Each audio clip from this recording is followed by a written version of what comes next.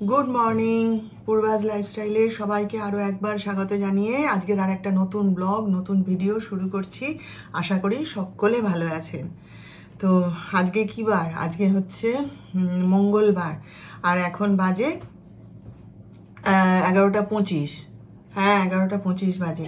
এই যে চা খেলাম আর একটুখানি ওই সুজি উপমা মতন বানিয়ে নিয়ে খেলাম।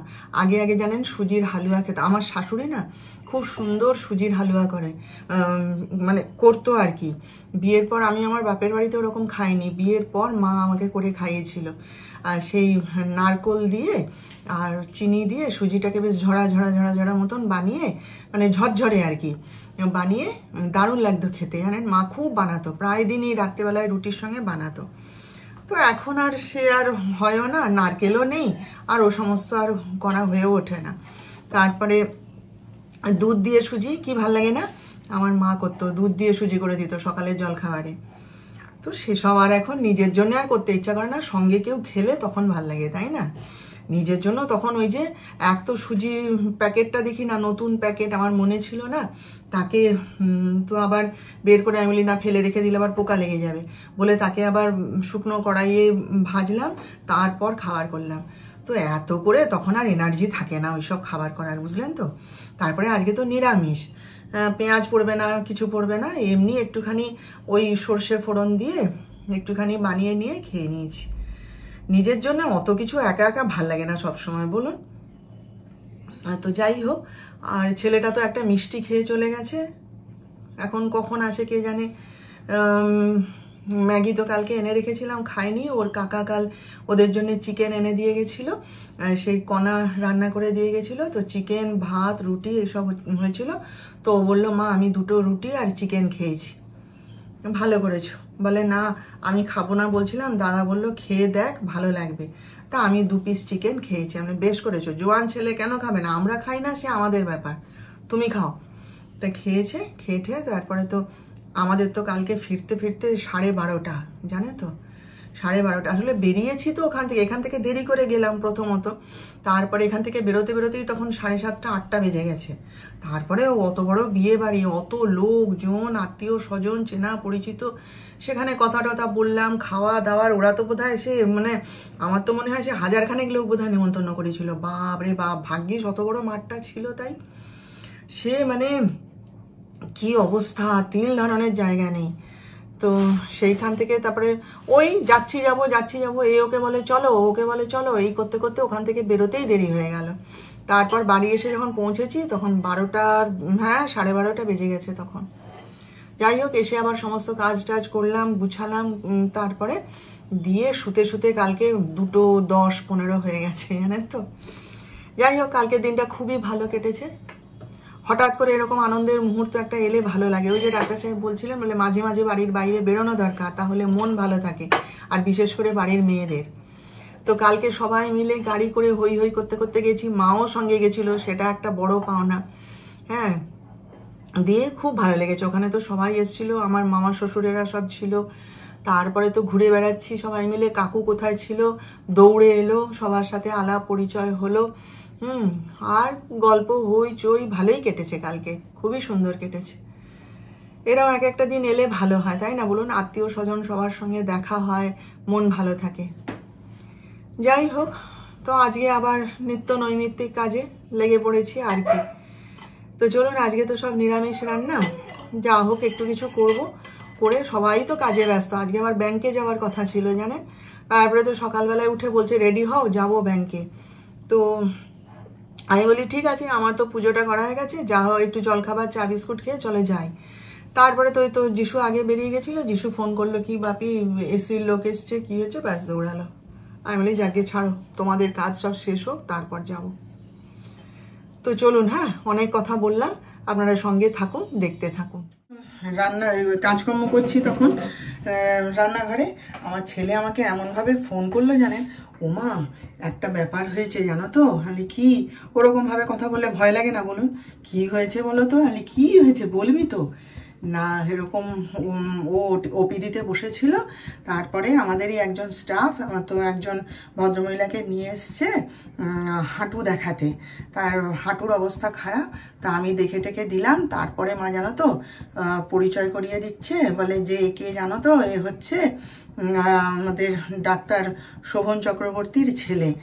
বলে বলতে সেই ভদ্রমহিলা চমকে উঠেছে, বলছে তাই নাকি, তা তো আমার বান্ধবীর ছেলে। বলে মা কে বলো তো, আমি কি কে, না অর্চনা আন্টি। আমি এই মরেছে। হ্যাঁ, তার সঙ্গে আমার অনেক দিন যোগাযোগও নেই, ফোন টোনও করা হয় না, সে আসেও না। আর তার বাড়ি আমাকে যেতে অনেকবার বলেছে, কিন্তু কি জানেন, সে রেল লাইনের ওপারে। ডাক্তার সাহেব রাজি হয় না, বলে না না অত দূরে ওখানে যেতে হবে না, ও জায়গায় কাছে পিঠে হলে চলে যেতাম, অত দূরে থাকে তো ওখানে। ডাক্তার সাহেব বলে না না ওই জায়গায় একা একা যেতে হবে না, রাজি হয় না। আর সে আসতো আমার বাড়িতে, তারপরে এখন সে তার নাতি নাতনি, মেয়ে, জামাই, ছেলে, ছেলের বউ সব তার হয়ে গেছে, সেই সব নিয়ে সে ব্যস্ত, যোগাযোগটা আর অনেক দিনই নেই। হ্যাঁ, বলে অর্চনা আন্টি আমাকে তো চেনে না, ছোটবেলায় দেখেছি, বড় হয়ে তো আর দেখেনি। বলে মা হাঁ করে না আমার মুখের দিকে তাকিয়ে আছে, জানো থতমত খেয়ে গেছে, দিয়ে তারপরে হাসছে। আমি ভালো। বলে হ্যাঁ গো মা, তুমি কি জানতে যে আন্টি আসবে? আমি না না আমাকে কিছু বলেনি। বলে আমাকে দেখিয়ে টেকিয়ে গেল, ভালো করে দেখে দিয়েছি মা, আমি খুব ভালো করেছো বাবা। শাড়িটা দেখুন কালকে না খোঁচ লেগে গেছে, সেটা দেখবো বলেই আরও এনে এখানে রাখলাম শাড়িটা, জানেন তো। ওই যে পান খেতে গেছিলাম, আর সেই ওদের যে কাঁচের টেবিলটা, সেটা মানে একটা কোণা না ভাঙা, সে দাঁড়িয়ে আছি, সে আঁচলের কাজটায় কোথায় যে আঁচলের কাজটা কোথায় একটা জানেন তো সুতো উঠে গেছে, খোঁচা লেগেছে। তাও আমার ভাগ্যি ভালো যে শাড়িটা মানে ছিঁড়ে যায়নি। এই শাড়িটা আমার খুব পছন্দের শাড়ি, জানেন, অনেক দেখে অনেক পছন্দ করে শাড়িটা কিনেছিলাম। এইটা নাকি না না, সে কোথায় একটা যেন বুকের কাছে কোথায় একটা আঁচলে খোঁচা লেগে গেছে, ছিঁড়ে গেলে কাল আমার যে কি মন খারাপ হতো। আর যেখানেই যাব না আমার হাজব্যান্ড শুধু বলবে ওই শাড়িটা পরো, ওই শাড়িটা পরো। আমি আচ্ছা আমার এত এত শাড়ি তুমি কি চোখে দেখতে পাও না, ওই শাড়িটা পরো না, ওই শাড়িটা পরো, খালি বলবে। জানেন কালকে একটা খোঁচ লেগে গেছে, আমি ডাক্তার সাহেবকে দেখাইনি, চুপচাপ এসে শাড়ি ভাঁজ করে রেখে দিয়েছি। এখন তাই দেখছি কি জানি কোথায় লেগেছে, কোথায় যেন একটা খোঁচ লেগে গেছে শাড়িটার। তো আপনাদের সাথে গল্প করতে করতে আড্ডা মারতে মারতে রান্নাগুলো বেশ টপ টপ করে সেরে নিলাম। হ্যাঁ, এই যে বেগুন ভাজা করেছি, আর এখানে হচ্ছে বাঁধাকপির তরকারি, আর এই যে হচ্ছে মুগের ডাল। হ্যাঁ, আর আমার জন্যে এই যে সব রকম দিয়ে একটা সবজি, আমার প্রিয় খাবার জানেন তো আপনারা। ব্যাস এই করেছি, এবার ওরা আসুক, এলে পরে যে পাঁপড় খাবে, যে ডিম ভাজা খাবে, সব করে দেবো। বাজে হচ্ছে 2:10, কেউই তো এখনো বাড়ি ফেরেনি। ডাক্তার সাহেব তো ফোন করেছিল যে রান্না কি হয়ে গেছে, সে খেয়ে আবার আমাদের এক ডাক্তার মানে ডাক্তার সাহেবের একজন বন্ধুর বাড়িতে, ডাক্তার বন্ধুর বাড়িতে নেমন্তন্ন আছে, সেখানে যাবে। তো বললাম যে হ্যাঁ হয়ে গেছে, তো এখনো তো আসেনি। যিশুকে ফোন করলাম, বললো না এখনো কাজে ব্যস্ত আছে। তো যাই হোক, তাড়াতাড়ি রান্না হয়ে গেছে। নিরামিষ দিনে দেখবেন তাড়াতাড়ি রান্নাটা হয়ে যায়, হ্যাঁ কেন আমি জানি না। তো যাই হোক, খিদে পেয়েছে, দেখি এখন কি খাই, আর রান্না একটু বিশ্রাম নিয়ে নিই, তারপরে রান্নাঘরটা পরিষ্কার করব। কালকে জানেন তো এরকম গাড়িতে আমরা যাচ্ছি, প্রায় 1.5 ঘন্টার পথ, তো অনেকখানি পথ। তো খিদে পেয়ে গেছে আমার তো ওইটাই প্রবলেম না। আর ভাগ্যিস সঙ্গে করে মানে বিস্কুট নিয়ে গেছিলাম, আমি জানি আমার খিদে পাবে। দিয়ে তারপরে আবার সে গাড়ির মধ্যে আমি বলছি, বলে আমার বাবা আমার খিদে পেয়ে গেছে, সবাই একদম ওই ওই করে উঠেছে, কি পেয়েছে, গরম লাগছে, খিদে পেয়েছে। দিয়ে তারপরে আমি জল বিস্কুট সব সঙ্গে করে নিয়েই গেছিলাম। আর আমি যেখানেই যাই না, সঙ্গে আমার থাকে বিস্কুটটা, আমার সঙ্গে থাকে বিস্কুট আর 1 বোতল জল। দিয়ে তারপরে লাস্টে আমি বলি যে তখনও অনেকখানি পথ বাকি, আমি বলি না আমি আর পারছি না, বলে আমি বলি তোমরা কি কেউ বিস্কুট খাবে, বলতে আমার দেওর খেলো বিস্কুট। দিয়ে ডাক্তার সাহেব বলে না না খাবো না, জল নেই, শুকনো গলায় লাগবে। আমি বলি জল আছে, সেও কিছু না খেয়ে বেরিয়েছে। এবার তারা খিদে সহ্য করতে পারে, কিন্তু আমি তো পারি না, হ্যাঁ ওটাই তো আমার প্রবলেম না। দিয়ে ডাক্তার সাহেব বলেন যারা ডায়াবেটিসের পেশেন্ট হয় তাদের ওরকম খিদে পায়। কিছু না, আমি যদি আধখানা বিস্কুটও খাই ব্যাস আমার খিদে কমে যাবে, কিন্তু আমার লাগে। তো যাই হোক, আমি আবার একটুখানি বিস্কুট আর জল খেলাম জানেন, তারপর শান্তি। ওখানে গিয়ে তখন ফ্রি, নইলে ওরকম খিদে চেপে ওখানে আমার যা আবার এসে আমাকে খবর দিচ্ছে, বর্দি ওইখানে যাও, ওই ইয়ে হচ্ছে ওই সমস্ত স্টার্টার আর কি, যে সেখান থেকে গিয়ে আবার ওই যে খেলাম একটুখানি মাছের একটা কি করেছিল, বেশ ভালো লাগলো খেতে। হ্যাঁ, সেসব খেয়ে তারপরে মানে পেটের শান্তি, সবার সাথে কথা টথা বলতে পারলাম। আমার ওরকমই হয় গো। সেই যখন ডাক্তার সাহেব নার্সিংহোমে ভর্তি আছে, আমি তাকে দেখতে গেছি, আমি কোনো ওষুধও খাইনি, কোনো কিছুই খাইনি, সকাল থেকে কিছু খাওয়াও হয়নি, আর আমি কোনো ওষুধও খেয়ে যাইনি। হ্যাঁ, আমি খাওয়ার ঠিক আগে ওষুধটা খেয়ে নিই জানেন, কারণ ওই ওষুধ খেয়ে তো বেশিক্ষণ থাকা যাবে না। ও মা সেখানে সবার সঙ্গে বসে কথা বলছে, হঠাৎ না মাথাটা কীরকম ঘুরে গেছে জানেন তো। আমি আর কোনো কথা বলিনি, সে বেচারি অসুস্থ বিছানায় শুয়ে আছে, আমি সেই তাকে ওই অবস্থাতেই বলছি তোমার ইয়েটা দাও, জলের বোতলটা দাও বলে হাত বাড়িয়েছি, আর ও বুঝতে পেরে গেছে। ও মানে আমার তখন চোখ মুখ দেখেই বুঝতে পেরে গেছে আমার মাথা ঘুরছে। তো বলছে এই শিগগির ওকে, আমি শুনতে পাচ্ছি, শিগগির ওকে বিস্কুটের প্যাকেটটা দে। সে একটা মিষ্টি বিস্কুটের প্যাকেট, জানেন সে কি যেন ওটাকে বলে, কি একটা যেন নামটা ভুলে গেছি, সেই বিস্কুট, মিষ্টি বিস্কুট, সেটা চকলেট দেওয়াটা, সেটাই মানে সঙ্গে সঙ্গে ওরা এগিয়ে দিল। দুটো বিস্কুট খেলাম, খেয়ে 1 গ্লাস বোতল জল খেলাম, ব্যাস সঙ্গে সঙ্গে ঠিক। আর সে আমার ওরকম দেখে মাথা ঘুরছে দেখে ওই ডাক্তার সাহেবের যে অ্যাসিস্ট্যান্ট শুভেন্দু, সে আবার বিস্কুট কিনতে ছুটলো আমার জন্যে, ক্রিম ক্র্যাকার বিস্কুট। মানে মুখে দিতে যতক্ষণ বিস্কুট আর জলটা ব্যাস সঙ্গে সঙ্গে ঠিক হয়ে গেছে। সেই থেকে না ভয়ে আমি সব সময় বিস্কুট আর জল, আমি যেখানেই যাই কিছুক্ষণের জন্য হলেও আমার জল বিস্কুটটা আমার ব্যাগে থাকে। তো কালকে ভাগ্যিস নিয়ে গেছিলাম বলুন, নইলে আবার ওরকম একটা কেলেঙ্কারি হতো, বিয়ের আনন্দ সব নষ্ট হয়ে যেত। Good evening. তো আজকে আবার একটুখানি বেরিয়েছিলাম। বাইরে বেরোলে সত্যিই ভালো লাগে জানেন তো। আর তারপরে আজকে হচ্ছে আমি যে দাদার কাছ থেকে ওই পুজোর শাড়ি টাড়ি কিনতাম, তারপরে পান টান কলা এই সমস্ত কিনতাম, আজকে কয়েক মাস হয়ে গেল সে যেখানে বসতো দোকান করে সেখানে আর বসে না। এবার আমি সবাইকে জিজ্ঞেস করি যে সে গেল কোথায়, কেউ আর কিছু বলতে পারে না জানেন।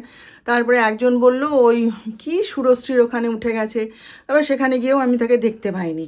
তারপরে আজকে হাঁটছি, নিজের মনে হঠাৎ ডাকছে, ও বৌদি করে ডাকছে, না কি হয়েছে। তো দেখি যে বিরাট বড় দোকান করেছে, ফলের দোকান করেছে। আমি বলি তাহলে আমি শাড়ি কিনবো কার কাছ থেকে এবারে? বলে কেন, শাড়ি আছে বৌদি। দেখি এক সাইডে সব শাড়ি রেখেছে, বিরাট বড় ফলের দোকান করেছে, পানও রেখেছে, সবই আছে। বলছে বৌদি আমার কাছে সবই আছে, আপনার সঙ্গে আমার দেখা হয় না, তো ভালো দোকান করেছে। আর ড্রাই ফ্রুটস অ্যান্ড কি একটা নাম দিয়েছে, বিরাট বড় দোকান করেছে। তো সেখানে একটুখানি গেলাম, দেখলাম। তাই আমি বলছি যিশুকে যে ওখানে ফলগুলো খুব সুন্দর জানিস তো, আর খুব সুন্দর, মানে দেখলে পরে ভক্তি লাগে, কিনতে ইচ্ছে করে। সুন্দর বাস্কেটে সাজিয়ে রেখে দিয়েছে, আমি ওখান থেকে এবারে ফল নিয়ে আসবো। তো ওই সব দেখে টেকে তারপরে টুকটাক আরও জিনিস কেনার ছিল। আমার প্রেশারের ওষুধটা শেষ হয়ে গেছিলো, তো বেরিয়েছি যখন, তখন আমি কিনে নিয়ে চলে এলাম। এই সব টুকিটাকি আরও একটু ফল টল দেখলাম, একটু করে কিনে টিনে এইসব করে টরে বাড়ি চলে এলাম। তা আজকে তো আমার ডাক্তার সাহেব খেতে আসেনি জানেন তো। তখন ফোন করে জিজ্ঞেস করলো যে এরকম ওর সেই ডাক্তার বন্ধুর বাড়িতে নেমন্তন্ন ছিল, তার গ্রামের বাড়িতে সে বিশাল মন্দির করেছে, সেই মন্দিরে প্রত্যেক বছর পুজো হয়, ডাক্তার সাহেবকে ডাকে, ডাক্তার সাহেব যায়।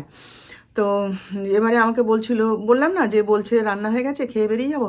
তা সে ওখানে প্রচুর কাজ ছিল আর সময় করতে পারেনি, বারবার নাকি ফোন করে ডাকছে, ব্যাস ও ওখান থেকেই সিধা বেরিয়ে চলে গেছে। তাই এসে এক্ষুনি ফোন করলাম যে রুটি খাবে না অত ভাত আছে, নষ্ট করতে ইচ্ছে করে বলুন, আনলে কাকে দেবো, অত ভাত নষ্ট করছো। বলে না আমি রাত্রেবেলায় ভাত খেয়ে নেবো, তুমি রেখে দাও, আর রুটি করতে হবে না। তো ব্যাস তাহলে একটুখানি আমার আর যিশুর জন্য একটু রান্না টান্না করে দিয়ে যাবে কোনা, তার জোগাড় যন্ত্র করে দিয়ে এসে এইবার এই একটুখানি সন্ধ্যা প্রদীপটা জেলে দিই। আজকে একটু দেরি হয়ে গেছে, সন্ধ্যা প্রদীপটা জেলে দিয়ে তারপর চাটা খাবো। একটু অল্প করে সব ফল নিয়ে এসেছি, পেয়ারা নিয়ে এসেছি, পেয়ারাগুলো কি সুন্দর দেখুন। আমি না এই ধরনের পেয়ারা খেতেই ভালোবাসি, ওই ডাঁসা বা বেশি পাকা পেয়ারা আমার ভালো লাগে না।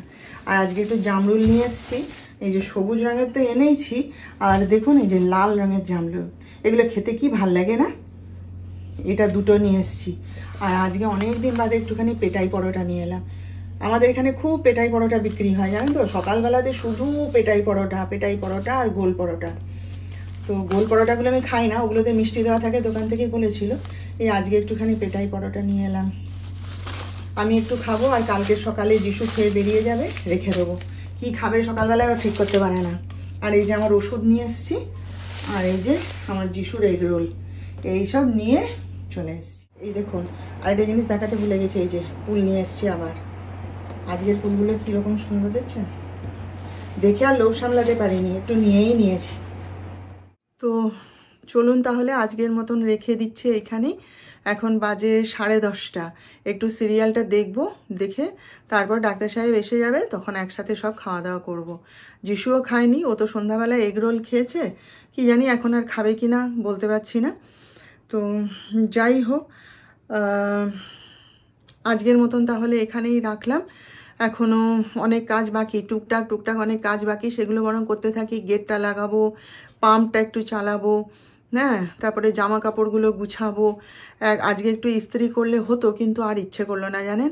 একসাথে অত কাজ কি পারা যায় বলুন, একটু একটু করেই করবো। আর আমার আর কিসের তাড়া আছে, রোজ একটু একটু করে কাজ করব, বরং একসাথে কাজ করলে না খুব কষ্ট হয়, বরং আস্তে আস্তে ধীরে ধীরে করলে কাজগুলোও সুন্দর হয় আর হয়ে যাবে। আর আমার তো তাড়াহুড়ো নেই যে এক্ষুনি করতে হবে, আজকেই করতে হবে, এমন তাড়া নেই আমার।